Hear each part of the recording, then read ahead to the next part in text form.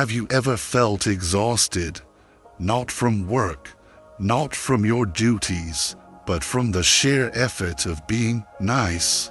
You smile when you want to scream. You agree when you want to object. If that quiet voice inside you is getting louder, then stay. Today, we begin the sacred journey from the nice girl you were taught to be to the authentic woman you were born to be. What if I told you that your constant kindness, the very thing you believe makes you a good person, might actually be a quiet act of self-betrayal? For so many women, being nice has become a cage, not a virtue, and today we are going to find the key to unlock it. Imagine your true self is a quiet, powerful voice within.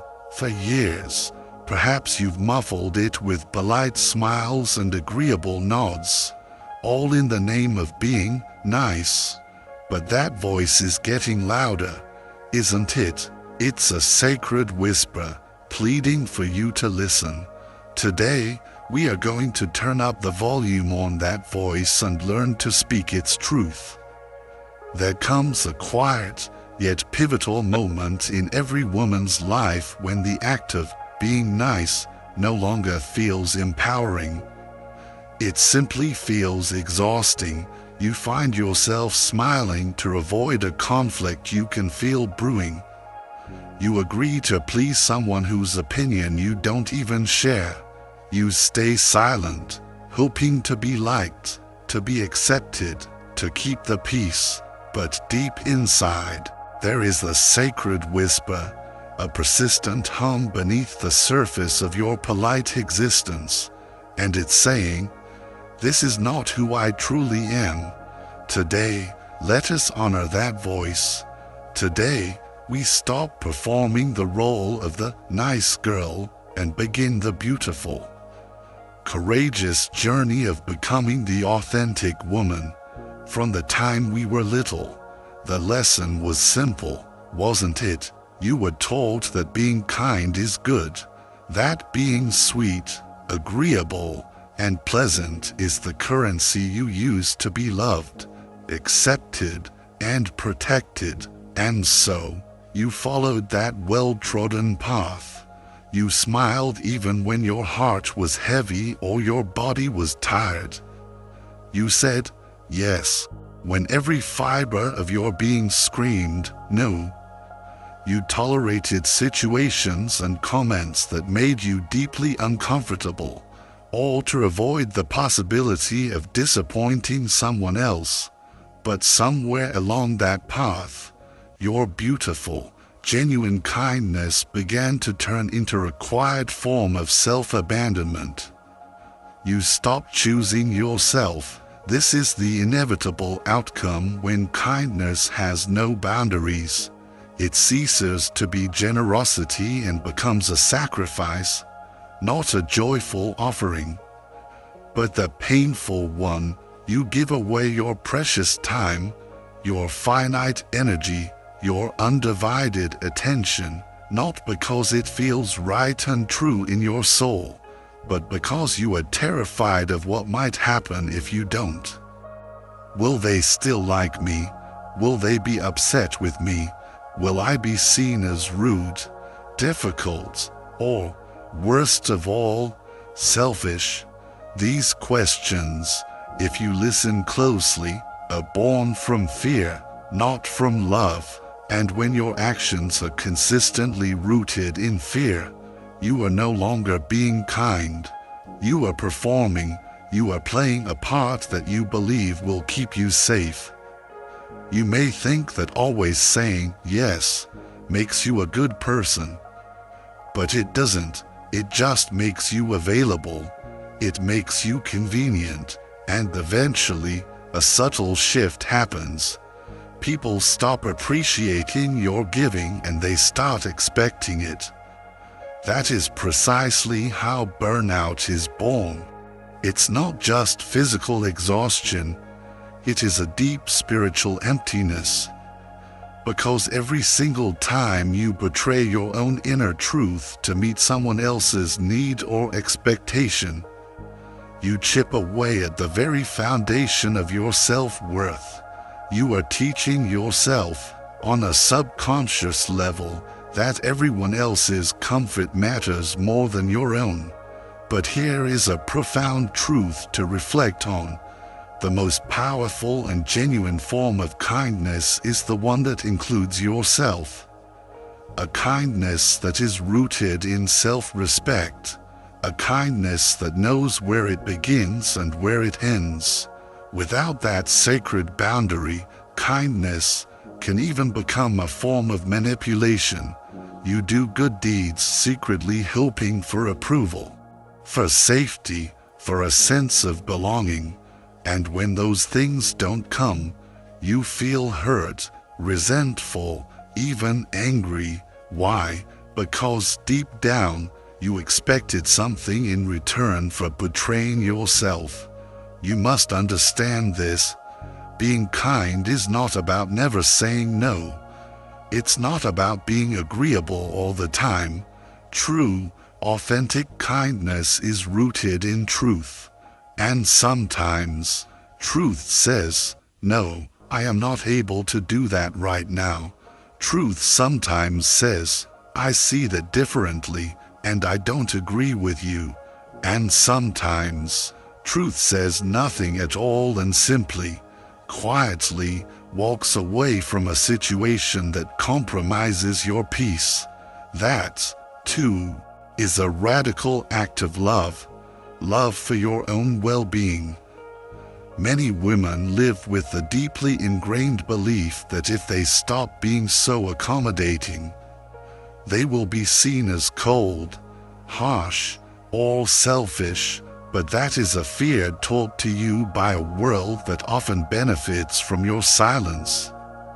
You are not on this earth to be small and pleasing.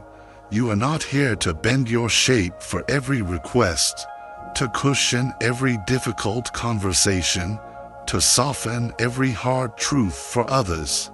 You are here to be whole, and wholeness requires edges. It requires boundaries. Imagine a powerful river without banks. It spills everywhere. It becomes directionless, a formless swamp, losing all its power. But give that river structure, give it banks, and it carves valleys. It sustains entire forests. It becomes the mighty force of life. Your kindness is that river when it is guided by self-awareness and strong boundaries. You don't lose your softness. You give it strength. You don't stop giving. You start giving consciously, wisely, and without a trace of resentment or regret. There is nothing noble in constantly putting yourself last. There is nothing enlightened about being everyone else's safety net while you are quietly unraveling. You are allowed to pause. You are allowed to protect your energy. You are allowed to choose you, because choosing yourself is not selfish. It is sacred. Many women are raised to believe that saying no is dangerous, that it disrupts harmony, that it creates distance, that it might make someone think you're ungrateful, rude, or even unlovable. And so, you say yes again and again and again. You say yes even when your heart is heavy, even when your body is aching with fatigue, even when your inner voice is pleading with you to please. Just this once, stop. You say yes to avoid the crushing weight of guilt, to avoid tension, to avoid the paralyzing fear of being seen as difficult. But in doing so, you are making a terrible trade. You trade your own clarity for someone else's temporary comfort. You trade your inner peace for their fleeting approval. But saying no is not an act of rejection. It is an act of self-direction. It is not an act of rebellion, it is an act of alignment. When you say no with intention, you are not turning your back on others. You are finally turning toward yourself. You are listening to what is true and right for you in that specific moment. You are practicing something that most people avoid their entire lives: self-discipline. And discipline is not about restriction, it is about remembrance. It is remembering your core values, your highest priorities, your grandest vision for your life, and choosing to act in harmony with them, even and especially when it's uncomfortable. This is where many fall short. The nice girl archetype wants to be liked above all else. She desperately wants to avoid friction, so she silences her truth to be accepted. But understand this with perfect clarity. Being agreeable all the time does not make you kind. It makes you invisible, and eventually, the very people you are trying so hard to please will stop seeing your boundaries as valuable, because you never truly showed them that your boundaries existed in the first place. To say no requires courage, but it requires something more fundamental. It requires presence. You must be present enough with yourself to feel what is true, and firm enough in yourself to communicate that truth with compassion. This doesn't mean being harsh. It simply means being honest. It means not diluting your voice to save someone else from a moment of discomfort. It means recognizing that every time you betray your inner knowing just to maintain a certain image, you are building a life that may look peaceful on the outside, but feels heavy and hollow on the inside. It is not your job to make everyone comfortable. It is your responsibility to make yourself clear, and clarity is not cruel. It is one of the highest forms of compassion. When you say no with integrity, you are not closing doors, you are directing energy. You are not rejecting others, you are respecting yourself. And that self-respect becomes a powerful lesson that teaches people how to treat you.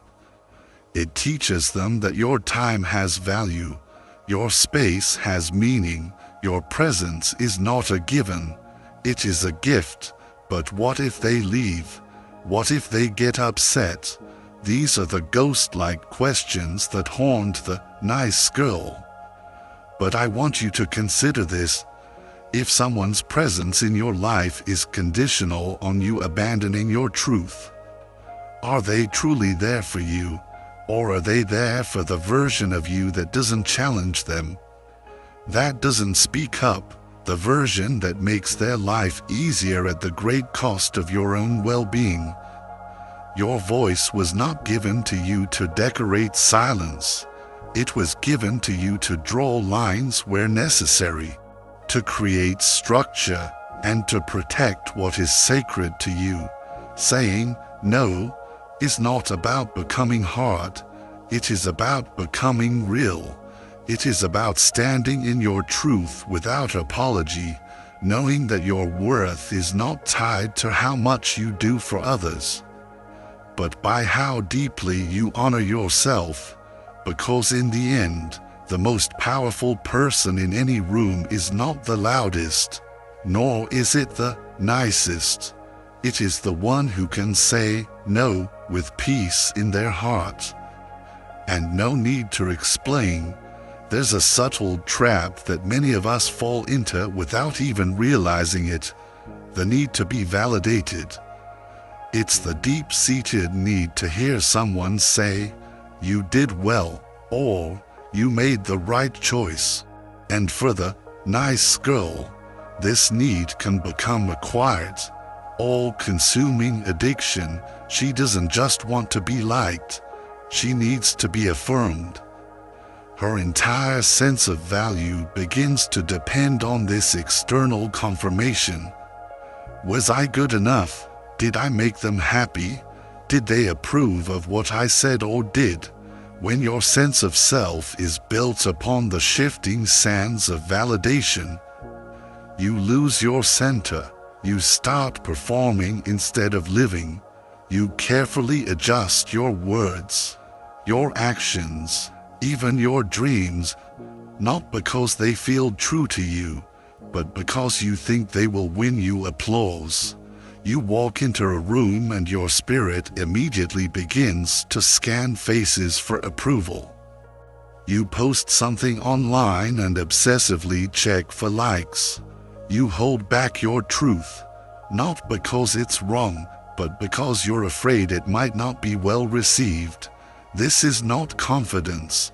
This is captivity. And what happens when that validation doesn't come? What happens when the praise is silent?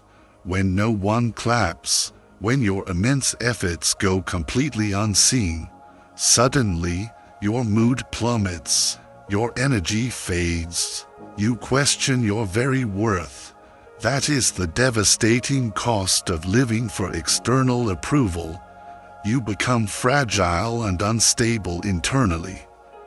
It is a dangerous game to base your peace on opinions that are ever-changing, inconsistent, and often rooted in other people's own fears and insecurities. Seeking validation is not the same as seeking alignment. Alignment asks, is this in harmony with who I truly am? Validation asks, will others accept this version of me? One comes from an inner wellspring, the other is borrowed, and anything that is borrowed must eventually be returned. That's why even when you do receive praise, the feeling is so fleeting. You're happy for a moment, and then you feel empty again. So you go out and try even harder, do even more, just to feel whole again. But true wholeness doesn't come from being accepted by others. It comes from being at peace with yourself. The moment you stop chasing validation is the moment you begin to walk in true freedom. You no longer feel the need to shapeshift to be enough.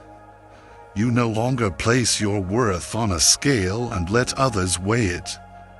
Instead, you begin to ask deeper, more meaningful questions. Does this feel right in my body?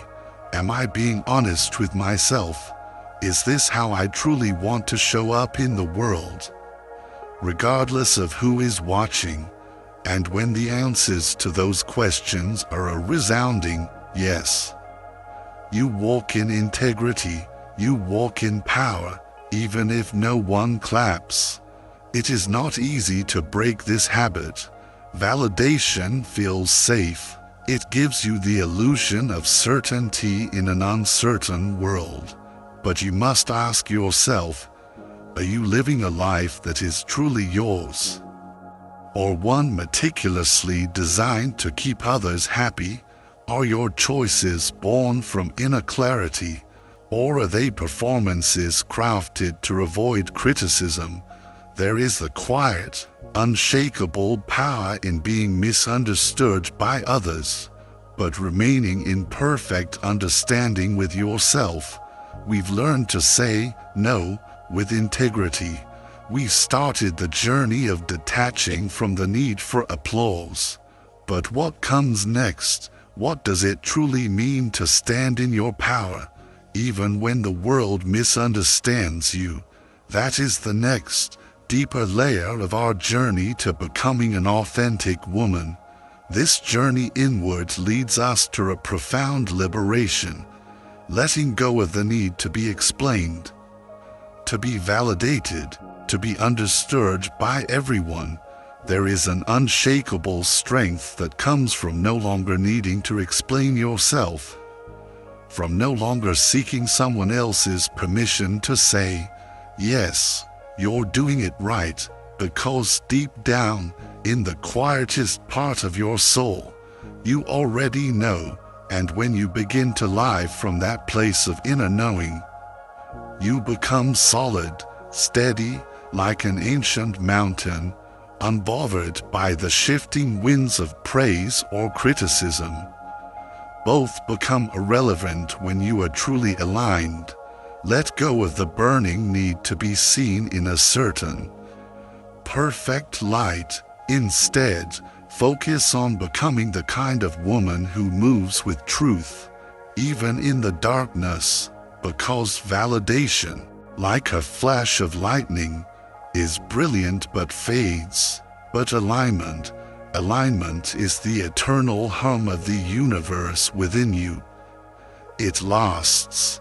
Now, we must talk about conflict, because most people, especially the nice girl, misunderstand it. They see it as something negative, a fire to be extinguished, something to be avoided at all costs.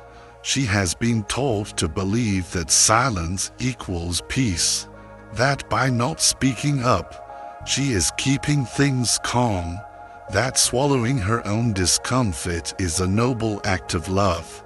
But what she doesn't yet realize is that avoidance does not create peace.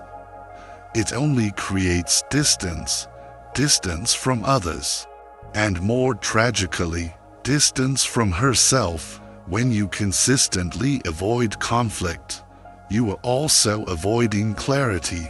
You allow small misunderstandings to fester and grow into quiet, toxic resentments.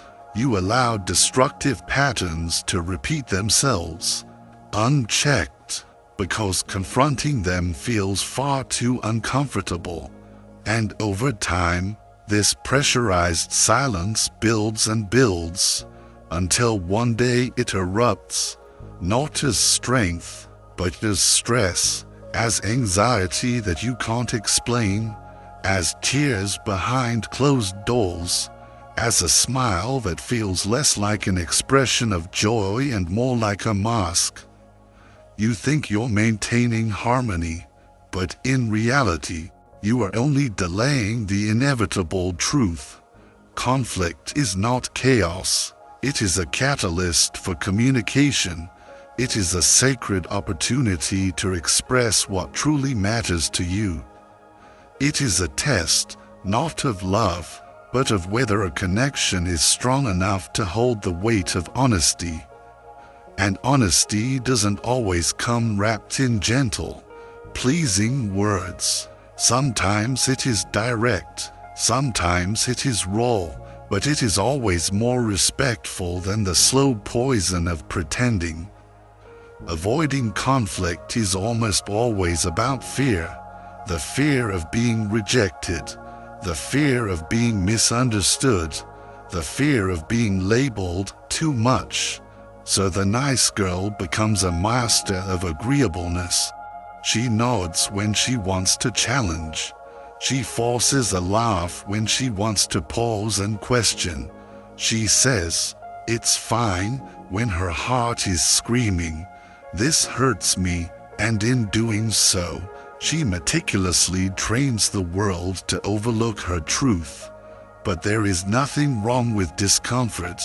In fact, it is a holy ground. Growth lives there. Deeper connection lives there.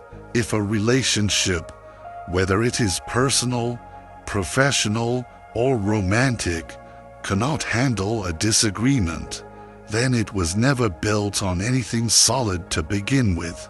Real connection is not maintained through strategic silence. It is deepened through the courage of vulnerability, through the simple, powerful act of saying, "This is how I feel," and then holding space for the other person to do the same. You can disagree with grace. You can express your anger without aggression. You can set a firm boundary without building a wall. The difference is presence. When you are present with your emotions, you don't let them control you, but you also don't deny their existence. You allow them to be your guides toward clarity, The goal is not to win every argument. The goal is to stop abandoning yourself in the name of keeping the peace. Because if the price of peace is your voice, it is not peace, it is quiet suffering. You were not created to be a cushion for other people's comfort.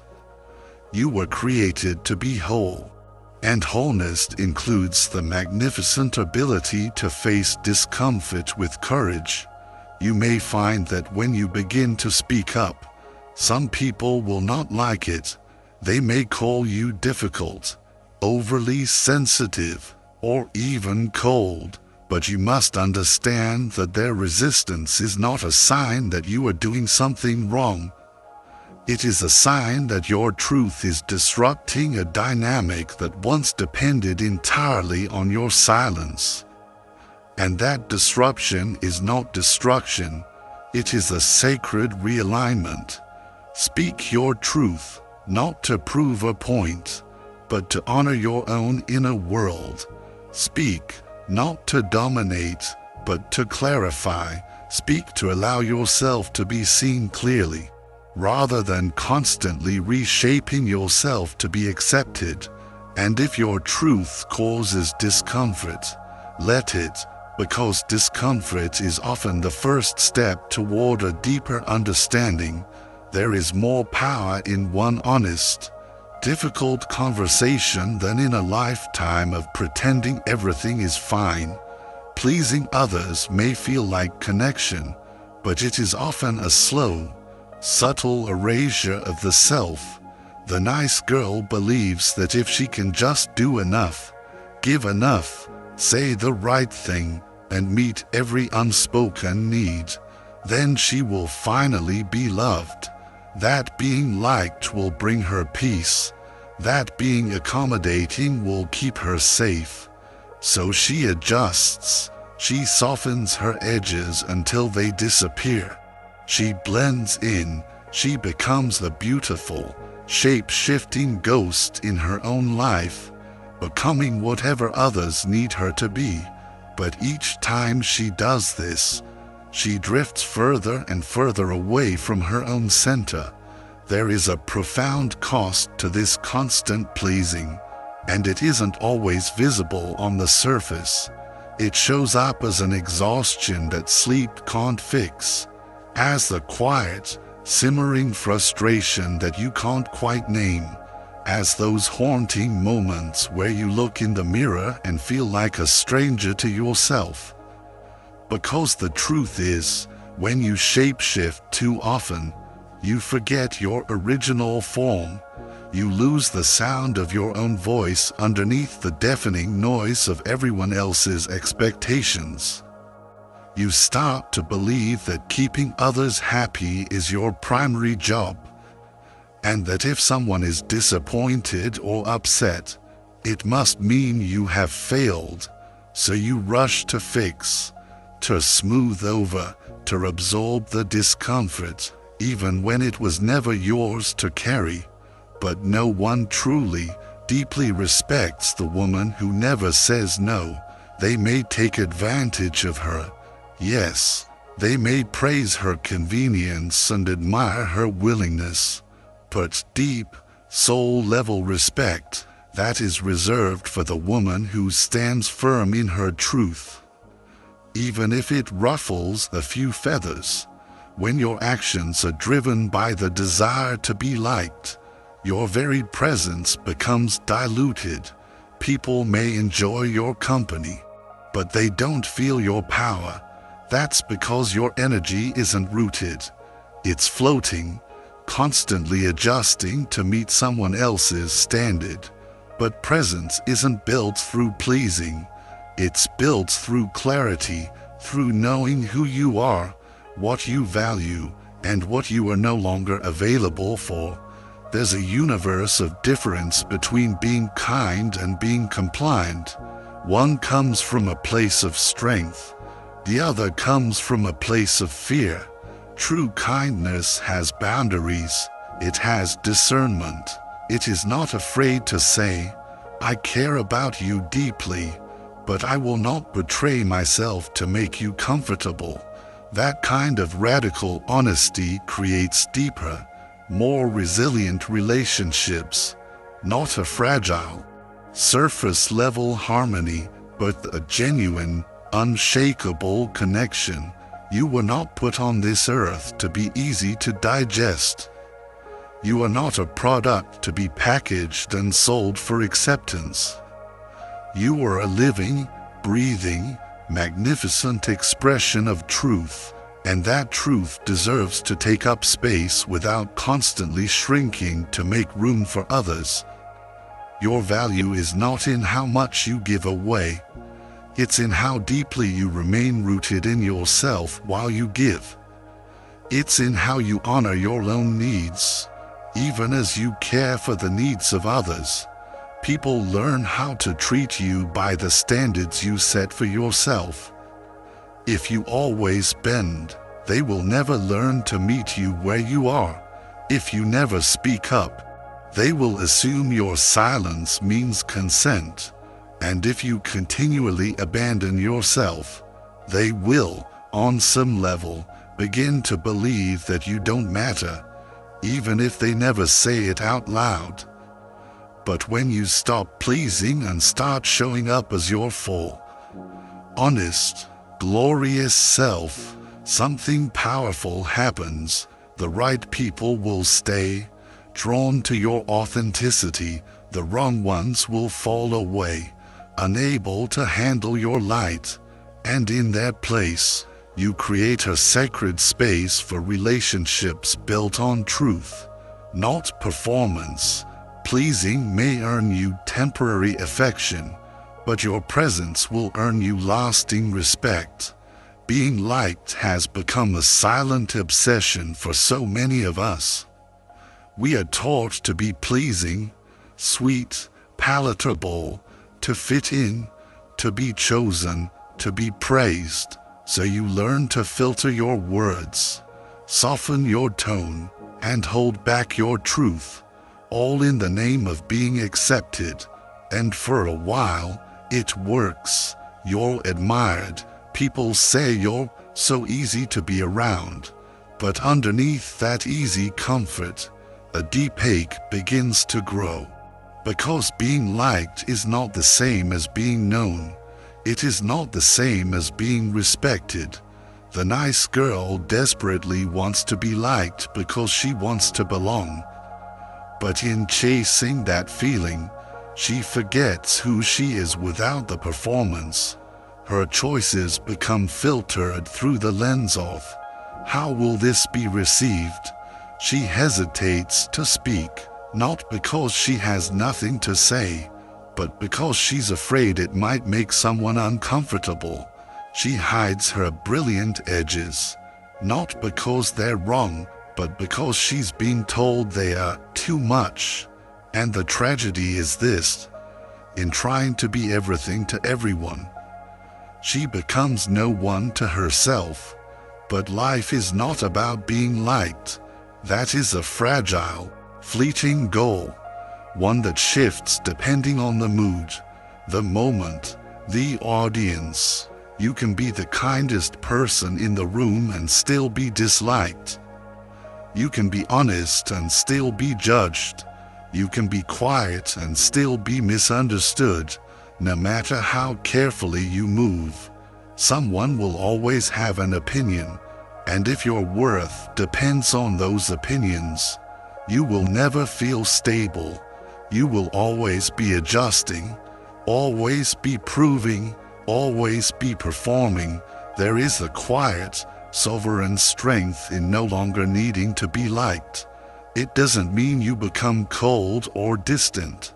It means you no longer mold yourself for temporary acceptance. It means you speak not to impress, but to express. You live not to entertain, but to align. And in doing so, you stop chasing connection and begin creating it from a place of unshakable truth. Respect is not built through pleasing. It is built through presence, through integrity, through the courage to stand in your truth even when it's inconvenient, especially when it's inconvenient. People respect those who are not afraid to be seen fully, flaws and all, not because they are perfect, but because they are real, because they have the courage to take off the mask. Yes, being liked feels good, but it fades, it's external, and when it's gone, you are left asking, who am I without their approval? That is why the deeper work is to like yourself, to trust yourself, to live in a way that even if no one claps, even if no one notices, you still feel a profound peace, because you know you stayed true. You don't need to be everyone's favorite. You don't need to be easily understood. You just need to be whole. And wholeness means being willing to disappoint others if it means being honest with yourself. It means being okay with someone misunderstanding your silence, your boundary, your distance, because you know it came from a place of clarity, not cruelty. Not everyone will like you, and that is not a failure. That is freedom. It is the freedom that proves you are no longer here to perform. You are here to live, to lead, to love with a depth that is real, not the decoration. You were not put on this earth to be palatable. You were put here to be powerful. You are not here to be liked. You are here to be you. In all of your magnificent, unapologetic truth, may you have the courage to choose that truth every single day. If this message spoke to the woman you are becoming, I invite you to join our community on this journey. Subscribe to the channel to continue this walk toward clarity, courage, and authenticity. There is so much more to uncover together. Thank you for holding space for this truth today. Walk in your power.